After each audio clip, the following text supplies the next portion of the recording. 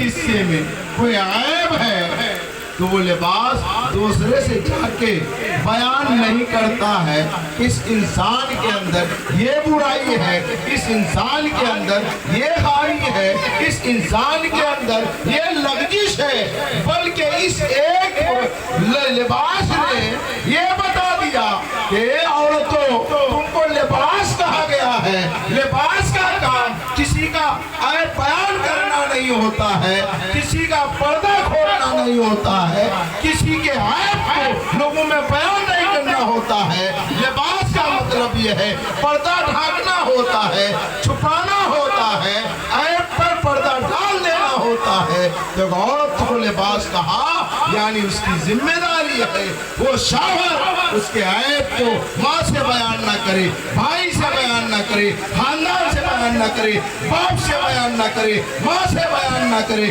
وہاں جا کے بیان نہ کرے، پڑوسر سے بیان نہ کرے، آنگن میں بیان نہ کرے، اس لیے کہ کسی اور نے نہیں، قرآن نے کہا ہے عورتوں تو مردوں کے لیے لباس ہو۔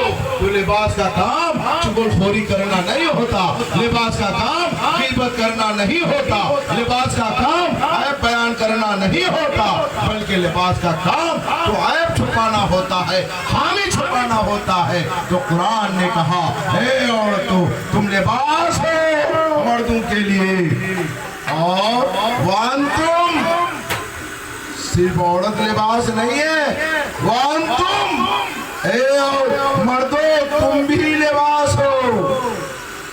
ایک آیت ہے جس کا مفہوم یہ ہے کہ عورتوں کی بہت سی چیزیں اگر کسی نہج سے کسی طریقے سے کوئی چیز عورت کی تمہیں بری لگ رہی ہے تو ان کی کچھ خوبیاں بھی تو ہوں گی، ان کی کچھ اچھائیاں بھی تو ہوں گی، کہ صرف آپ کو خامیاں نظر آ رہی ہے، ان کی اچھائیاں نظر نہیں آ رہی ہے، ان کی خوبیاں نظر نہیں آ رہی ہے، ان کی بھلائیاں نظر نہیں آ رہی ہے، تو مرد بھی لباس ہے عورت کے لیے۔ تو لباس کا کام غیبت کرنا نہیں، چغل خوری کرنا نہیں، عیب بیان کرنا نہیں۔ اور آقا کریم صلی اللہ تعالی علیہ وسلم کی حدیث پاک ہے جو بندہ کسی کے عیب کو چھپاتا ہے، اگر اس دنیا میں آپ نے عیب پوشی کیا ہے، عیب چھپایا ہے، قیامت کے دن رب تبارک و تعالیٰ اس انسان کے عیب کو اتنے لوگوں کے سامنے ظاہر ہونے نہیں دے گا۔ رب قیامت کے دن ہمارے عیب پر پردہ ڈالا، سبحان اللہ سبحان اللہ، پردہ ڈالا، رب تعالیٰ قیامت کے دن ہمارے عیب کو پر پردہ ڈالے گا، لوگوں کے سامنے آنے نہیں دے گا۔ ہننا لباس لکم وانتم لباس لہن، عورتیں مرد کے لیے لباس ہیں اور مرد عورت کے لیے لباس ہے۔ اور لباس کا کیا کام ہے؟ سبحان اللہ سبحان اللہ، غور کر کے اس کے اندر کیا مفہوم ہے، کیا مطلب ہے، کیا معنی ہے، وہ ہنگامہ بند کر کے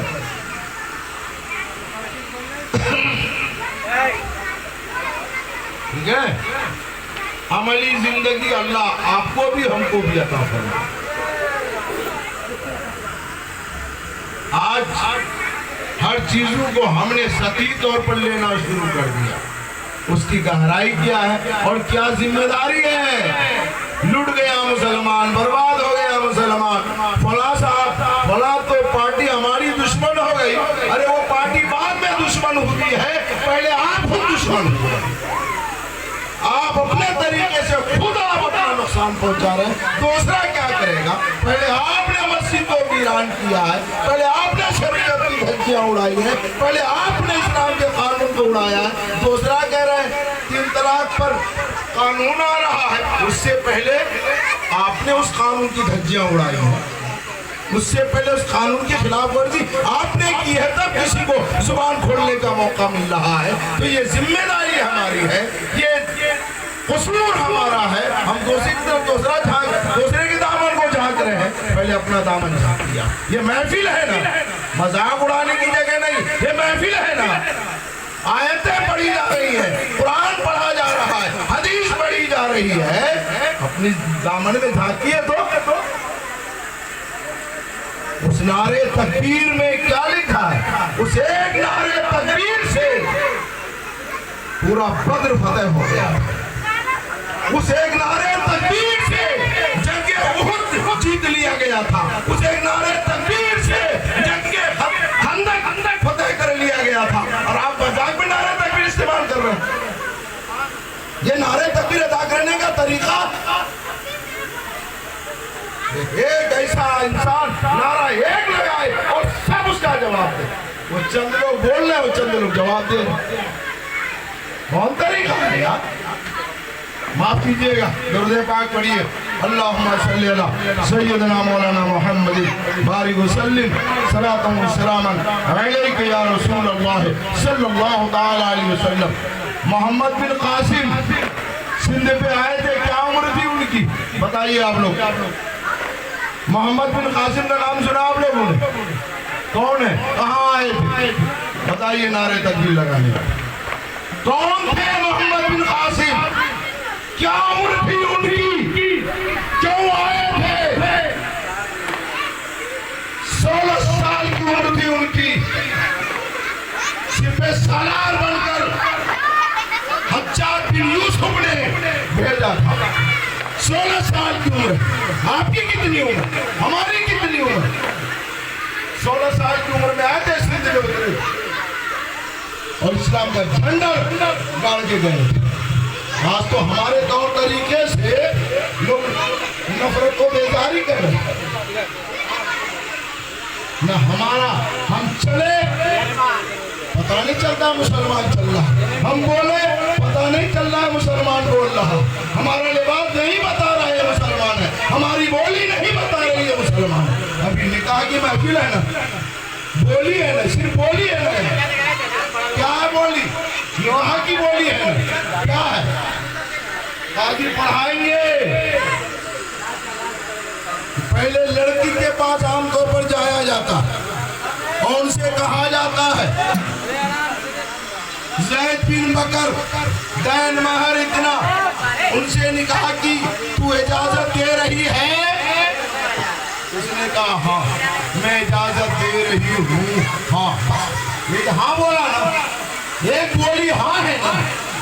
اور اس کے بعد گیا کس کے پاس؟ لڑکے کے پاس.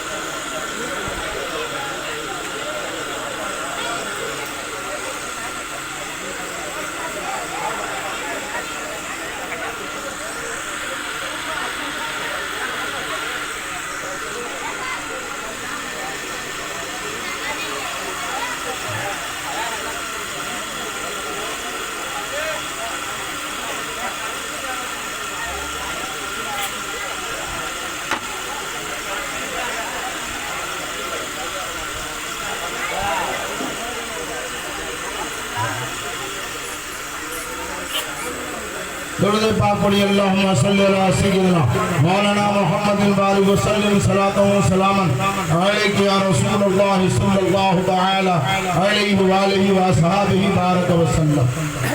حضرات محترم, یہاں اجازت لے کے لڑکے کے پاس جاتے, ان سے کیا بولتے ہیں؟ دین مہر اتنا, فلاں کی لڑکی کو میں بحیثیت وکیل آپ کے نکاح میں دی, آپ نے قبول کیا؟ گواہوں کی موجودگی میں کہتا ہاں میں نے قبول کیا, ہاں میں نے قبول کیا, ہاں میں نے قبول کیا. ایک بولی ہاں میں نے قبول کیا. اس ایک ہاں نے دو دلوں کو ملا دیا. اس ایک ہاں نے دو خاندان کو ملا دیا. اس ایک ہاں نے دو گھروں کو ملا دیا. اس ایک ہاں نے تعلقات بڑھا دیے, محبتیں بڑھا دی, الفتیں بڑھا دی. اور وہی اگر قاضی نے کہا کیا آپ نے قبول کیا؟